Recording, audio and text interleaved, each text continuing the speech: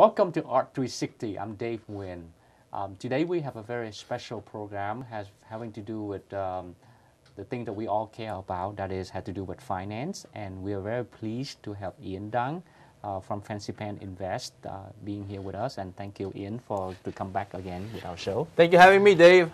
And so today we would like to focus more on a specific topic that has to do with the type of accounts that commonly used by the people in our community, especially the Vietnamese American in our community. Yes. And I know that there's a number of accounts, typical accounts, for example, checking, saving, or even a CD or mutual fund.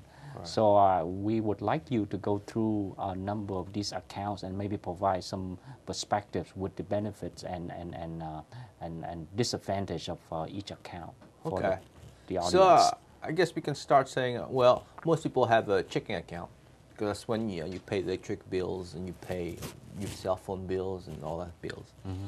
And also most people have saving accounts. A saving account is a little bit different from checking account in the sense that saving account, it's an account where you really can't write that many checks. I mean, a few checks, but usually it's just people save it.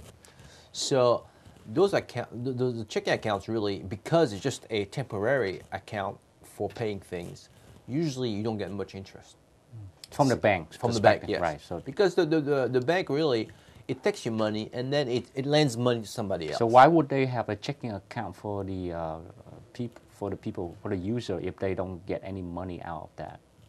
Well, it's just that they know that people need an account so that they can pay things. Mm-hmm. And usually you don't pay by cash. You always pay by checks. Mm-hmm. or even by credit card. But eventually you just have to write a check or some wiring mechanism to pay to somebody.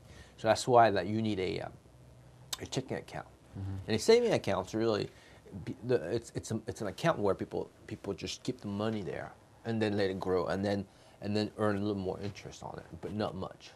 So if I have a user or even my family member who would like to pretty much get a typical paycheck from our employer, and they would like to deposit money, usually they're going to deposit money directly into a checking account. Yeah, a checking account, yes. So depending on the income coming in and the expenses, we may have some money left over, and then we could just go ahead and deposit into a saving account. Correct. That's how it works, right? Yes. Mm-hmm. But usually those money don't earn you much money.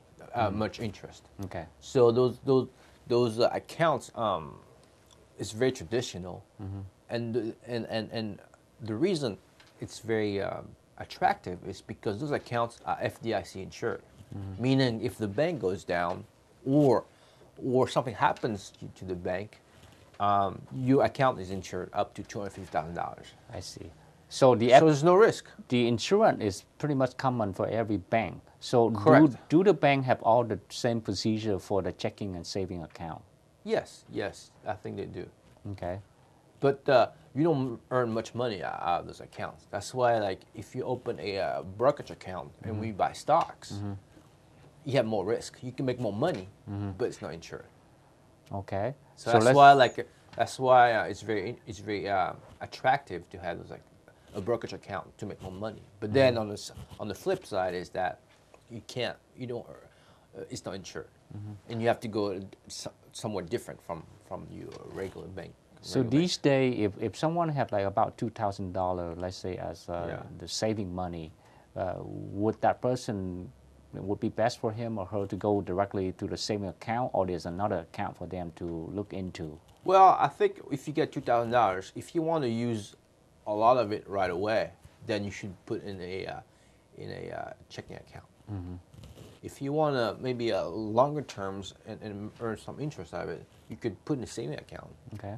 But usually those saving accounts, the interest is very low, maybe a couple percent. Couple percent. Okay. And then if you want to, what you can is you can if you want to have more money but still insured, then you can buy a CD, which is a certificate of deposit. So what's the difference between a CD and a saving account? Well, a CD is that you buy a certificate of deposit, a CD, and then you buy something that is not liquid. And so you give liquid the money meaning that it's not transferable. Correct. So it's stuck there somewhere. So the bank will hold your money, $2,000 for 6 months, a year, 2 months, 2 years, 3 years, and you cannot do anything about it. until it matures at the end, and then they give you back the money plus the interest. And the reason for that, because they want to keep the money to Yeah, because invest. what they do is they take the money and then they lend it to somebody, or they do something with it, and then you have to wait till it gets back. But the usually is insured. I mean, it's guaranteed by the fact that they're going to get a certain Correct. interest, Correct. So coming if, back from the CD. if you have 2,000 and then they tell you, well, you earn 5% out of it, then it's a contract. It's a debt Okay. for you. But you don't have access to it. So let's say in case of emergency you need the money, they let you have it, but you pay a very stiff penalty. I see. So then for those who need the money as an emergency fund, and sometimes it could happen, Yes. it would be best to stick with the saving account Or or the checking account. Checking account.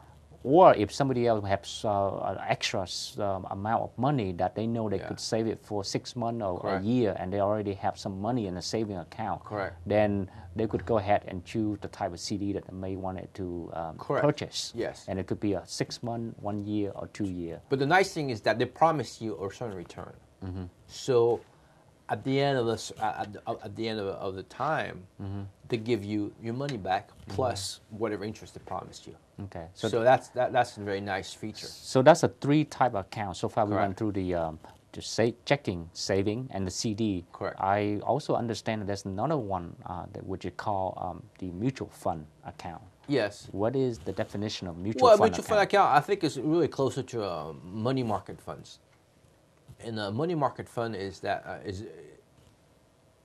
you can open an account. They give you a variable rate of interest, and that the bank will take the money and give it to a company that will manage it for you, and then they will get you the return. It's just insure. Yes, it's insured.